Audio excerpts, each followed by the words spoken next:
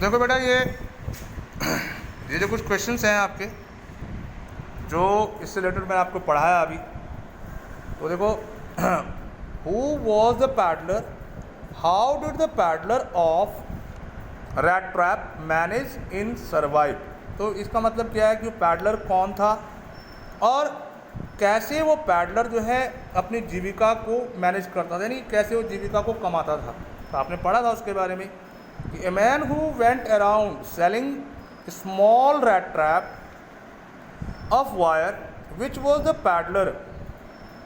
तो एक जो व्यक्ति जो क्या करता था, छोटे मोटे जो है चूहेदान बेचा करता था इधर उधर, वही वो पैडलर था।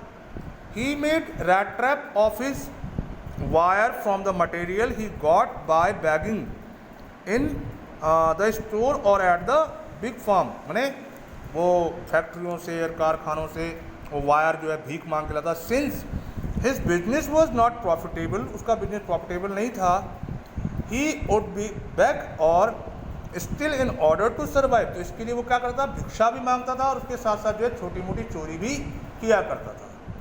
अब देखो, from where did the peddler get the idea of the world being a rat trap. कहाँ से इसके दिमाग में ये आया कि भाई ये संसार कुछ नहीं, एक बहुत बड़ा चूहेदान है।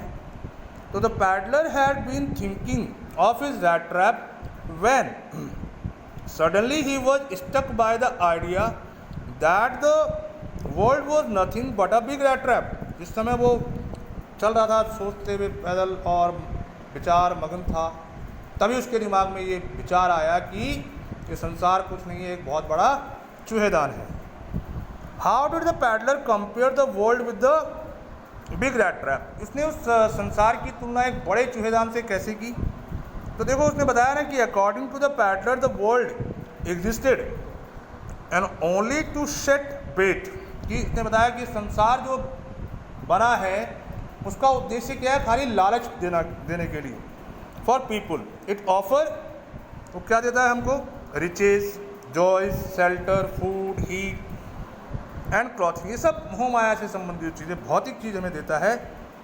इन द सेम मैनर, उसी प्रकार से as the rat trap offered cheese and pork, जैसे कि वो रैट ट्रैप हमको ऑफर करता है क्या, पनीर के टुकड़े या मांस का टुकड़ा, है ना, चूहे के लिए।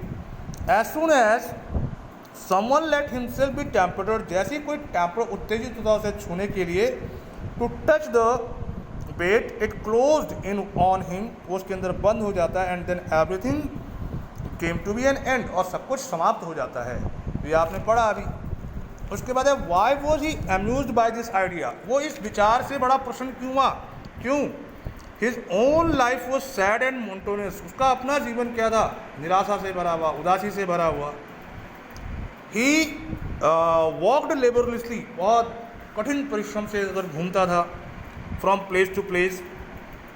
The world had never been kind to him, ये संसार कभी उसके प्रति उदार रहा ही नहीं।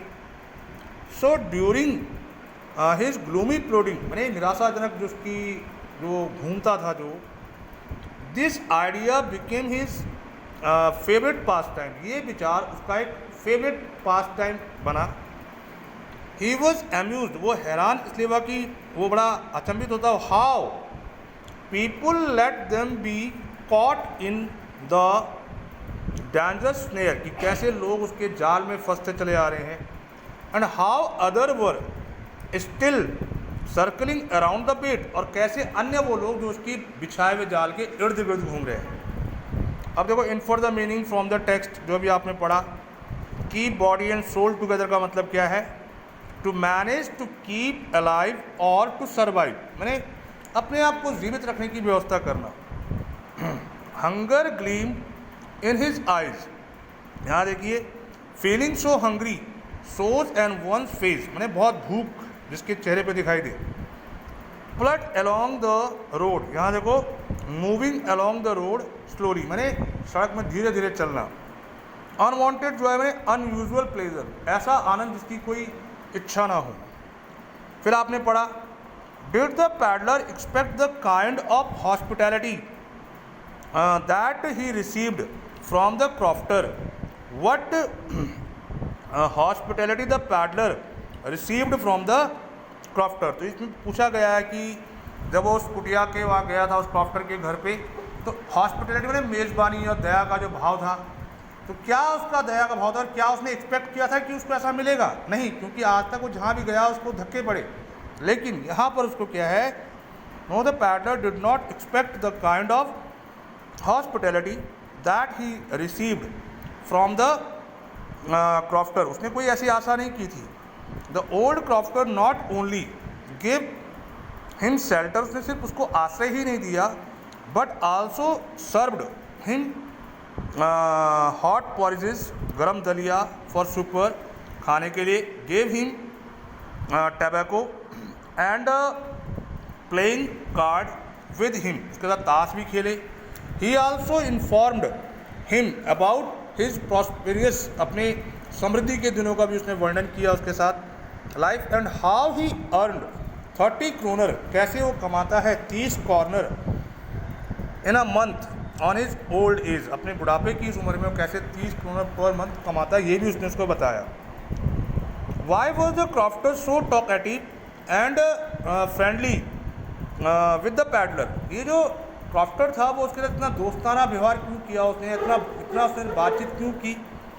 द क्रॉफ्टर सर्कमटेंस एंड टेम्परमेंट, उसकी जो परिस्थितियाँ थी क्रॉफ्टर की, क्या उसकी पत्नी थी, बच्चे थे, अकेला रहता था, और उसकी जो टेम्परमेंट बने, जो उसका उत्तेजनापन जो था उसके, मेड हिम सो टॉकेटिव, इस चीज़ से उसको बहुत टॉकेटिव में बातूनी बनाया, एंड फ्रेंडली, व्यवहारिक बनाया, with the peddler since he had no wife, क्योंकि उसकी अपनी कोई पत्नी नहीं थी और चाइल्ड, बच्चा नहीं था।